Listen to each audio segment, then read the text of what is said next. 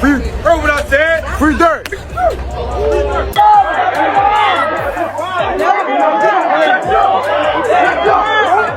Durk's fans went wild calling for NBA YoungBoy's head during his own concert. And it wasn't just random chaos. It all kicked off after a viral clip claimed to show NBA YoungBoy making out with Lil Durk's girlfriend. This beef runs way deeper than social media chatter. Mid-October 2025.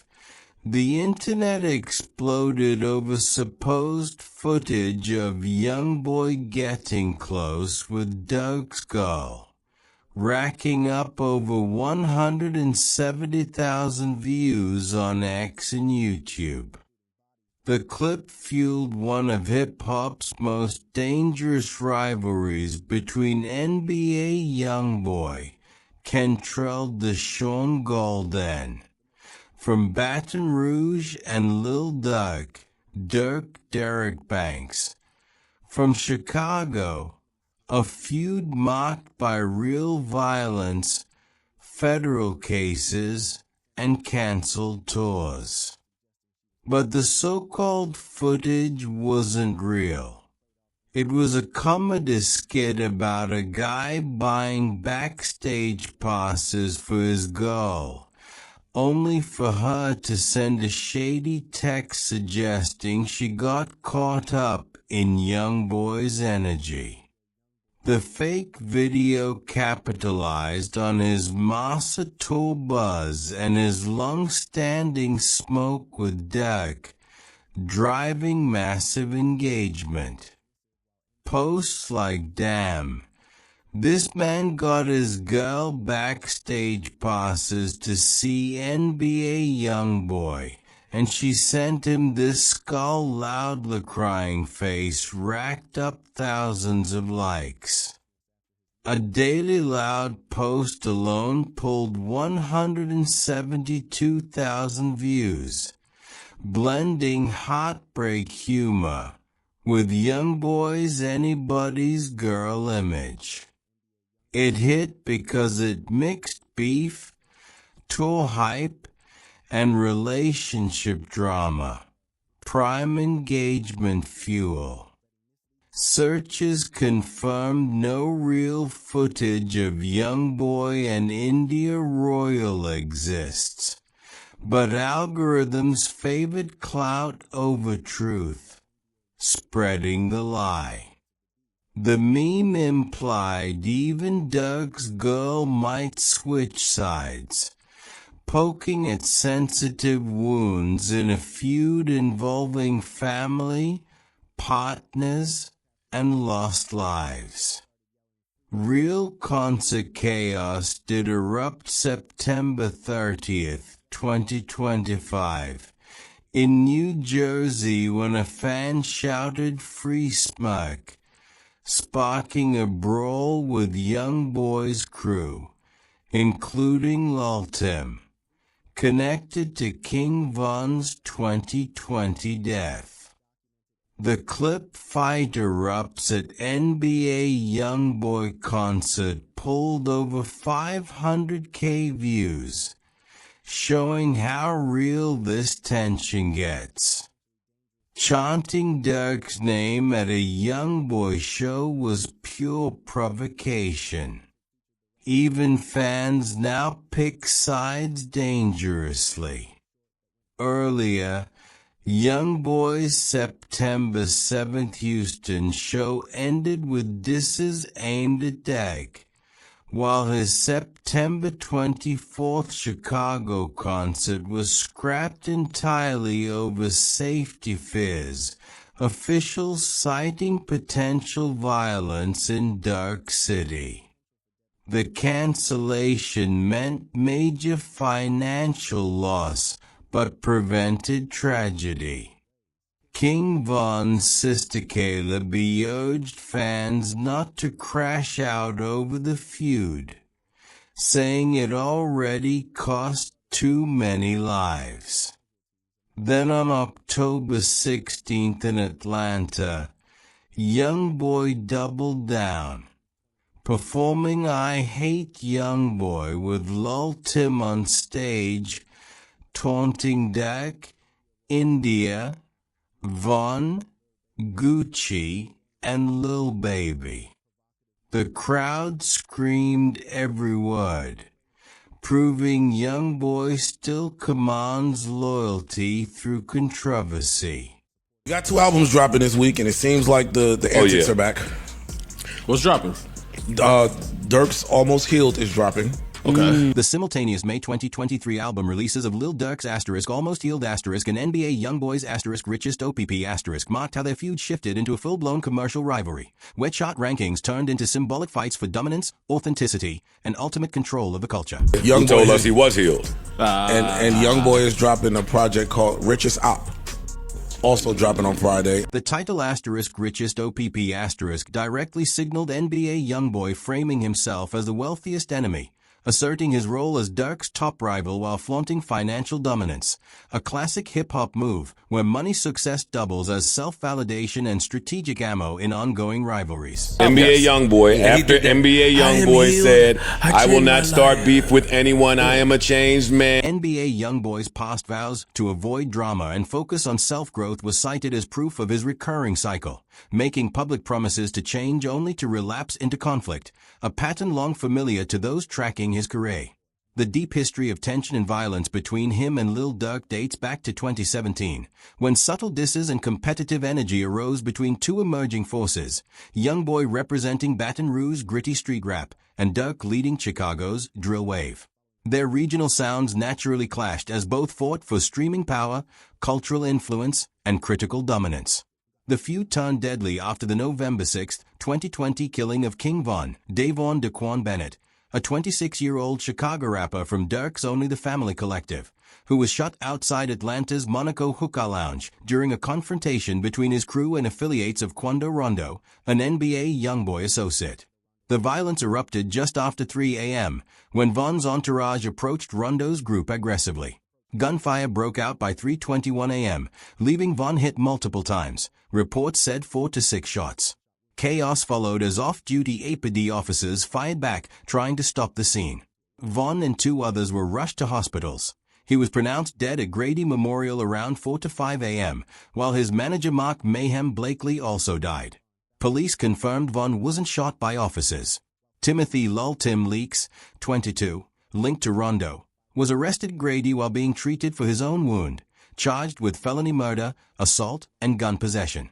Ballistics showed Von was struck in the initial crossfire, not by police. Witnesses identified Leaks as the shooter, though he claimed self-defense, saying Von's team initiated. In 2021, his felony murder charge was dropped for lack of malice. By October 2024, Lil Durk was federally indicted for allegedly organizing a murder-for-hire retaliation against Quando Rondo, leading to the death of Rondo's cousin in a 2022 Los Angeles shooting.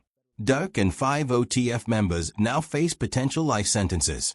Von's death made the Durk YoungBoy feud explode, given Rondo's link to YoungBoy, turning a rap rivalry into one with lethal real-world stakes. Although YoungBoy wasn't present, his connection made the tragedy personal. The diss timeline hit a peak in January 2022, when YoungBoy released Bring the Hook, referencing Von's death with bars like, I'ma kill you, you messed up my image, dissing Durk's Oblock crew. Durk fired back on Instagram, posting Von's photo captioned, Don't claim it if you ain't do it, you still a coward.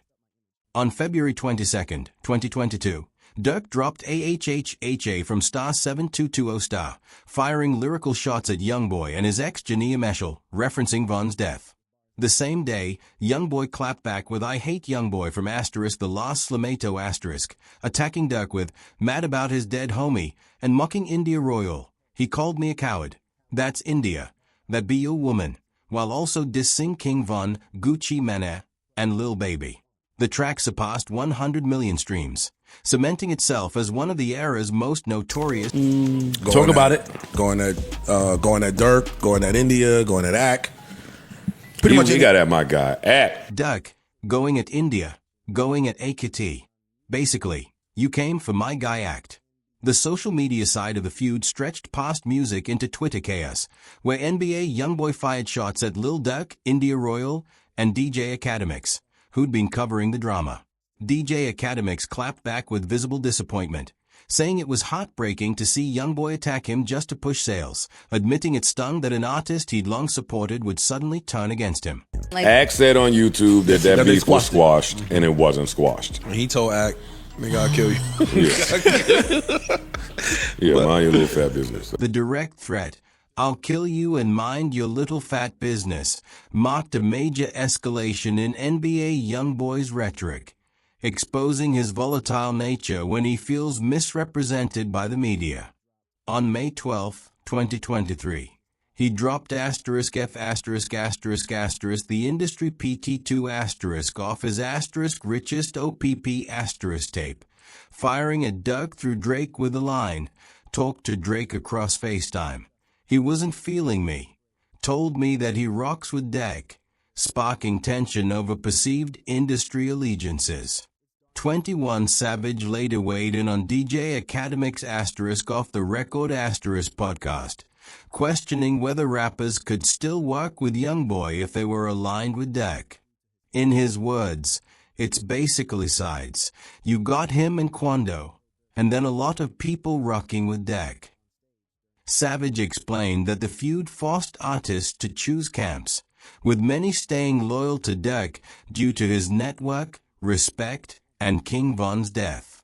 India Royal, Durk's longtime partner since 2019, who he proposed to on stage in Chicago in 2021, became entangled when YoungBoy dissed her in "I Hate YoungBoy," spitting, "He called me a coward. That's India. That be your woman." In May 2024, India clapped back on Twitter amid YoungBoy's relationship drama. Her repeated name drops in diss records and online spats made her an ongoing figure in the feud despite her attempts to steer clear of the violence. Current status, industry impact, and ongoing smoke as of October 2025. The feud remains active. YoungBoy's planned Chicago United Center show was canceled due to safety concerns linked directly to the beef, costing hundreds of thousands in lost ticket, merch, and sponsorship revenue. The cancellation underscored how the feud evolved beyond rap into public safety territory, forcing venues and police to weigh risks of potential violence. That same month, YoungBoy brought Lil Tim on stage during his Houston show, a provocative gesture since Tim is widely blamed for King Von's death, even after being cleared on self-defense grounds. Performing disses aimed at Lil Durk, Lil Baby, and other rivals, the move enraged Durk supporters, seen as blatant disrespect toward Von's legacy. Late 2025 leaks of new YoungBoy music reignited discussion online, with DJ Academics and No Jumper confirming no peace was in sight. Both rappers seemed locked into prolonging the feud despite financial losses, legal pressure, and ongoing risk of bloodshed. The persistence of the conflict years after its start showed how hard it is to end beefs once they become public spectacle. Artists trapped by fan expectations, street credibility, and the reality that drama keeps them trending. Their competing album drops became symbolic battlegrounds, with first-week sales treated as scorecards for who truly dominates the culture. Analysts admitted that predictions were speculative, shaped by hype, coverage, and public perception, while whispers of label manipulation highlighted how sales often reflect not only fan demand, but also calculated marketing strategies to project commercial supremacy. You can't ask me. I don't think that this be doing bad. YoungBoy be doing like 75, 65. Oh, that's great. NBA YoungBoy's usual album sales of 65,000 to 75,000 units reflect strong commercial consistency, especially considering his relentless output with multiple releases each year, showcasing the dedication and engagement of his core audience. From a label standpoint, his steady ability to move units across frequent projects makes him highly valuable, even if single album numbers don't always match the peaks reached by less prolific, higher profile artists. But I don't think my little young nieces and nephews feel the same. I think they ride with YoungBoy. That's me admitting I'm too old for this, whatever's happening. The generational divide became especially clear in discussions around NBA YoungBoy, as younger fans deeply connected with his raw emotion, while older heads struggled to grasp his appeal. The clash between street loyalty and business pragmatism continues to cause friction for artists balancing credibility with commercial success. Examples like rappers appearing on both Drake's *Certified Lover Boy* and Kanye West's *Donda* showed how hip-hop often allows neutrality in ego-driven rivalries, unlike beefs rooted in real violence. Lil Durk's current federal indictment includes conspiracy to commit murder for hire, using interstate facilities for murder resulting in death, and possession of machine firearms. These stem from an August 2022 Los Angeles gas station shooting that killed Quando Rondo's cousin, Xavier Robinson, allegedly targeting Rondo in retaliation for King Von's death. Prosecutors say Durk offered $50,000 through only the family affiliates to carry out the hit, leading to 5 OTF members getting charged. Durk was arrested October 24, 2024, at Opa-locka Airport in Florida, while allegedly attempting to flee to Italy on a private jet. Authorities labeled him a flight risk and denied bond, holding him at MDC Los Angeles.